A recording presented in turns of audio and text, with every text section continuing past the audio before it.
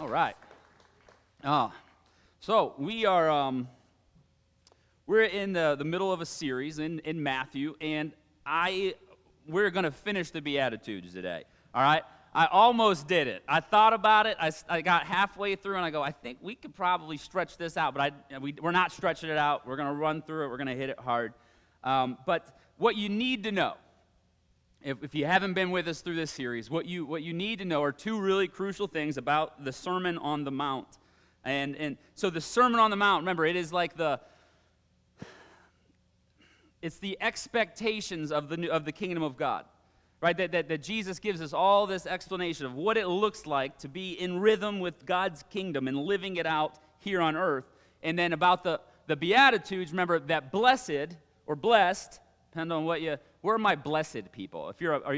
Where's my blessed people? Are you, okay, right? So the rest of you are like, I don't know what you're talking about, right? So there's, so with blessed, it means that God is for you, right? That God is for you. And so we've been walking through every single one of the 8 Beatitudes, and we're going to get to the last ones here. But let's read the whole thing together. Matthew chapter 5, verse 1. When Jesus saw the crowds, he went up the mountain. And after he sat down, his disciples came to him, and he began to speak and taught them, saying, Blessed are the poor in spirit, for theirs is the kingdom of heaven. Blessed are those who mourn, for they will be comforted. Blessed are the meek, for they will inherit the earth. Blessed are those who hunger and thirst for righteousness, for they will be filled. Blessed are the merciful, for they will receive mercy. And our text today begins with, Blessed are the pure in heart, for they will see God. And so when I was in Sunday school, who grew up going to Sunday school?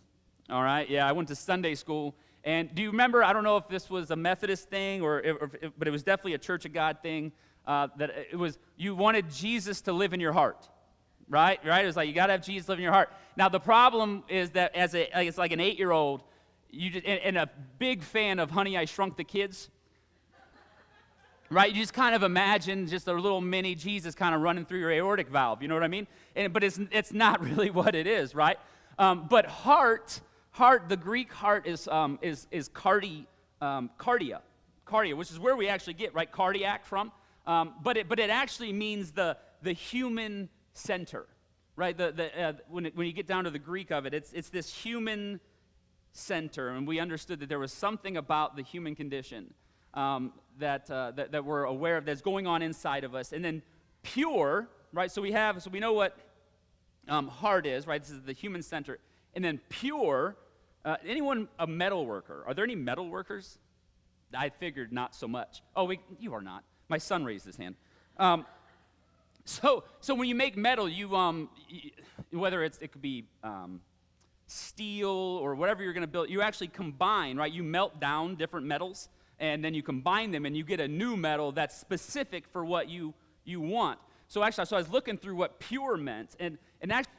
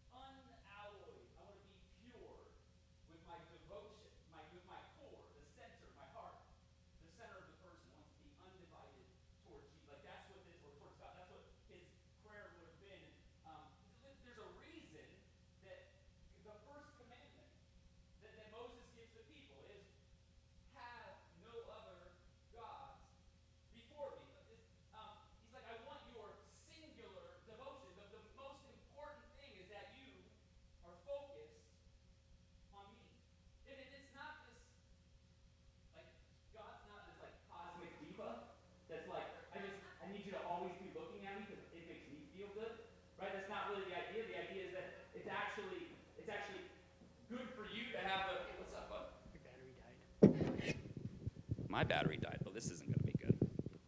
I use way too many hand motions. Yeah. Yeah, definitely. I'll end up tossing this thing on accident into the crowd. But we'll give it a shot for this second while we wait. Singular focus. I'm raising 3 teenagers right now. And so I've been teaching them how to drive, right? And I've got one has their license. I have one with their temps. And then I have one that will be getting their temps in like 6 months. And so here's the thing. One of the things that you have to teach kids, and really adults, is that where you look, you go. Right? Where you look, you go. If you're staring at something on the side of the road, you will be sharing its space. All right? That you're going to head that way. Thank you so much.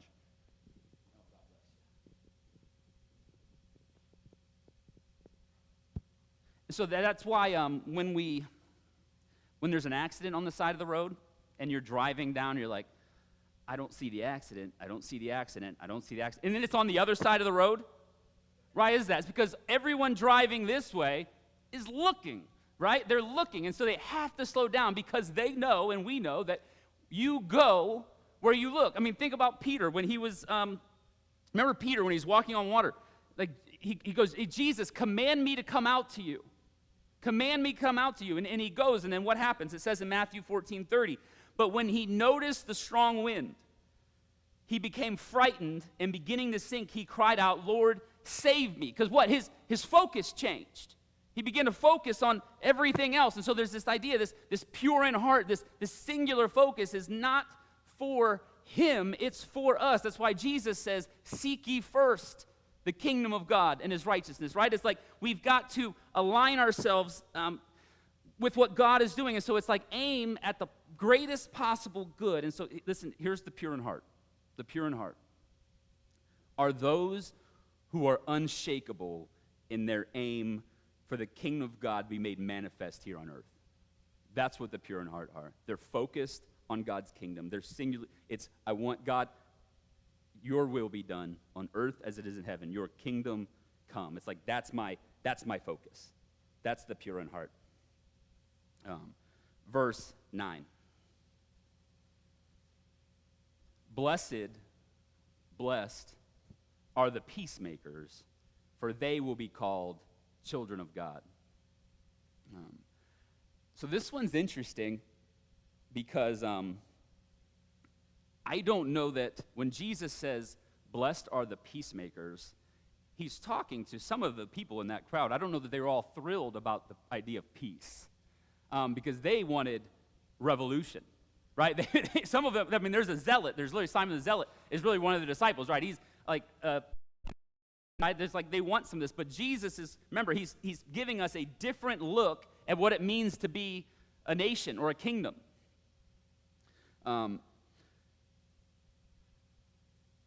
Jesus does not only, so he says, blessed are the peacemakers.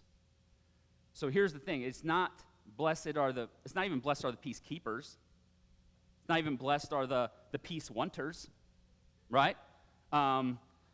It's blessed are the peacemakers, right? So there's an action involved in this. Like it's not passive, it's active. And so we are people as kingdom people or Jesus followers, like we are called to go into conflict. That's what a peacemaker does. A peacemaker moves into conflict spaces and tries to bring about some kind of peace and some kind of righteousness. And so we're called to move into those spaces. And listen, I hate politics. Hate, it's a strong word. And here's my issue with politics. I don't have like an extreme view. I just don't agree with almost anyone on everything, you know what I mean? So there's like no one that I feel like you and me agree on everything, right? I'm just kind of in the middle a lot. So like I don't have a lot of extreme thoughts one way or the other. But it's hard to have an honest, open dialogue with people that name call and mock and do all these things. It's difficult. And that's definitely what you get online, all right? But those things are difficult. But listen, we're involved in 2 wars, at least right now, like major conflicts. And children and women are being killed all over the world right now. And the reason I feel safe bringing a little bit of this politics stuff up right now is because it's bipartisan. Like both sides are in this.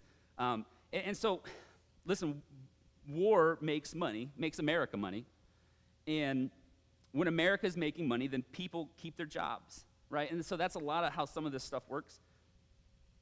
But I think what governments are missing is that we all get to see what happens now on social media. Like we see the injustice. It's not just a story. It's not we're hearing from, like we're seeing live footage of actual battle and destruction. And listen, I'm not a politician, so I've not spent hours trying to figure out how to fix conflict. You know, I have no military experience, right? I don't know how to stop a war. I don't know any of that. Like I'm just a theologian, right? It's like, but here's what I know, is that the Bible, unfortunately, is also full of war and pain. And the church history is full of war and pain. And it shouldn't be that way. Like that's not the call that Jesus has on his people. And so we are able to, and a lot of that issue comes from not being able to read our own Bibles a while ago, right? But now we all get to see what Jesus said. And so when we look at something like Peacemaker, and then we look at what our world is doing, goes, listen, this isn't right. Peace wanting isn't sufficient, I think, as followers of Jesus. Peace wanting is not sufficient. He opens this idea of what the kingdom of God looks like. He opens it with peace. Like it should be a place of peace. And listen, regardless of what side you're on, it's governments against governments. And people end up being pawns that are used to play a lot of their games. And listen, a 6-year-old girl was recorded sitting in a car staring at a tank and made a phone call for rescue. It took about 3 hours for them to get there, and I think it was 15 minutes too late. The ambulance drivers and helpers were killed. The little girl's family was killed. She was killed. Hind Rajab. I think that's how you say her name. Hind Rajab. Listen, I don't care how many people want to talk about numbers and all this. Like, if one little girl has to stare down a tank, it's too many. Like, we're called to move into these spaces and be peacemakers in these situations. And here's what's interesting. In Jesus' day, the emperor was called, had multiple names. And so one of the titles of the emperor was Peacemaker. And one of the titles was also Son of God. The emperor could be called these things. And so I love what Jesus does, right? He goes, you know how the emperor is called Peacemaker? Let me flip that upside down. You, the people. Because listen, kings can declare war, presidents can declare war, but if the people don't go, you can't have it. And so he says, no, the people are peacemakers, not the governments, not these leaders. You, as kingdom people, are the ones that decide whether peace happens or not. And so you be a peacemaker into whatever degree that you can be that, right? We can't all fix a war, but we can find individual spaces within our world, within our families, within our lives, where they may be chaos and it may be out of control, but we can step into those situations and not raise the level of conflict, but bring it down. Like that's part of our job. And so in verse 10 it says, blessed are those who are persecuted for the sake of righteousness, for theirs is the kingdom of heaven. Blessed are you when people revile you and persecute you and utter all kinds of evil against you falsely on my account. Rejoice and be glad, for your reward is great in heaven. For in the same way they persecuted the prophets who were before you. So, real quick on this one. This does not mean You are blessed when people persecute you because you lack tact and are a jerk. Right? Right? That's not what this is. Like, just because you're, like, so if you're just on a box with a megaphone and a sign, like turn or burn, and you're yelling bad things about people that you don't understand or don't like, listen, you should expect, right, to get some heat for that. Like, and that's not what Jesus is talking about. Jesus is not talking about that. He's talking about people that are generally, because listen, we don't see this as much in America, right? Because we're not a theocracy, right? So we in fact, we try to be the opposite of that. We don't always do a great job, but we try to separate church and state to some degree. So we don't see a lot of the conflict when someone becomes a Christian or stops becoming a Christian. But listen, in India, this past year, multiple churches were burnt to the ground, right? And so, like, that's real persecution, not someone sitting in my pew, right? Right? That's real persecution, like people coming out. And so Jesus, he ends this whole Beatitudes thing, and this was so interesting. He ends his opening statement letting us know that it won't be easy, right? That and the reward is not in this life, right? There was an understanding, especially early on in Christianity, that being a Christian is going to cost you something. That it's not simple, it's not easy, that it's going to there is no version of Christianity that doesn't cost you something. But the payoff is not here, but in life everlasting. And so we stand up for those who can't, right? And we take the heat for them, and then we shine light into dark places, and you will experience pushback. Because dark places don't want lit up. Dark places don't want to know, don't want the world to know that they're causing injustice, that they're causing pain. Right? Those dark places don't want lit up. And so when you shine the light of Christ into these spaces, there's going to be pushback. But look at all the Beatitudes. If you look at the opposites, this was so interesting. I just saw this yesterday. If you look at the Beatitudes and look at their opposites, it's a list of grossness that none of us would really want in our lives. The opposite of the poor in spirit would be the powerful or the elite. The opposite of those who mourn are those who are proud. The opposite of meek is one who uses force at every opportunity. The opposite of those who hunger and thirst for righteousness are those who hunger and thirst for their own kingdom. And so if you aren't merciful, you're cold, you're cruel. If you aren't pure in heart, you're divided and focused on yourself. And if you're not a peacemaker, you're a warmonger. And so some of the commentaries said, well, it sounds like a bit of masculine toxicity or toxic masculinity. And I thought, it kind of looks like Rome. See, Jesus isn't ready to just come out and say that Rome needs overturned, right? He's not ready to lead that revolt, not ready to guide it. But what he does is he actually takes the very characteristics of the people in power, the people in charge, and then says, we're going to be different. We're not going to be like Rome. This is what the kingdom looks like. This is what my kingdom should look like, and it's the opposite. And so he's actually kind of talking trash to Rome without saying enough to get in trouble, right?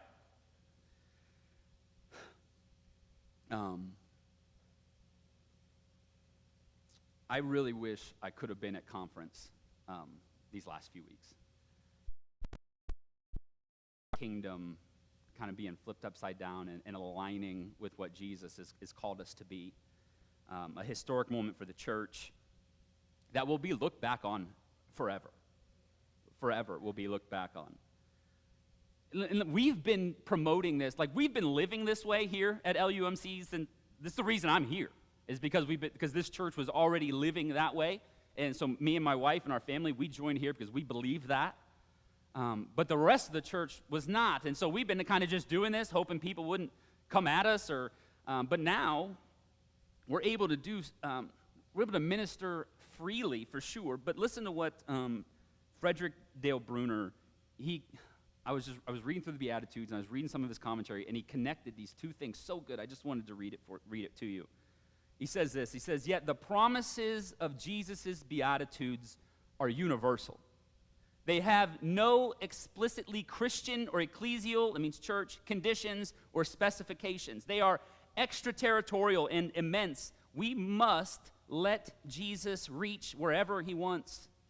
To all miserable, grieving, powerless, and justice-hunted persons.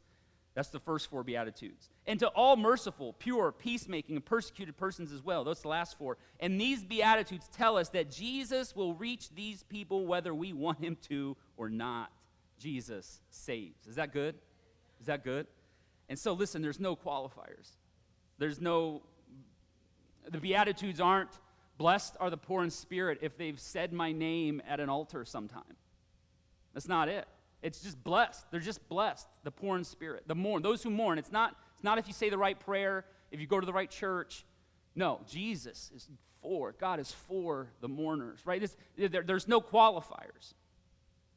God is simply after people that the world has disregarded. And so we should be after people that the world has disregarded. And so I'll leave you with this poem by Karen Kaiser. Louder. If the worst thing you can say about us is that we embrace everyone and are upfront about it, then over and over a refrain of reception offered to the masses. Your reason for leaving is our most desperate plea that all may know without question, without exception, that they are welcome here. So say it again, louder this time, so everyone can hear. I'm here for it, church, and I know you are too. God bless.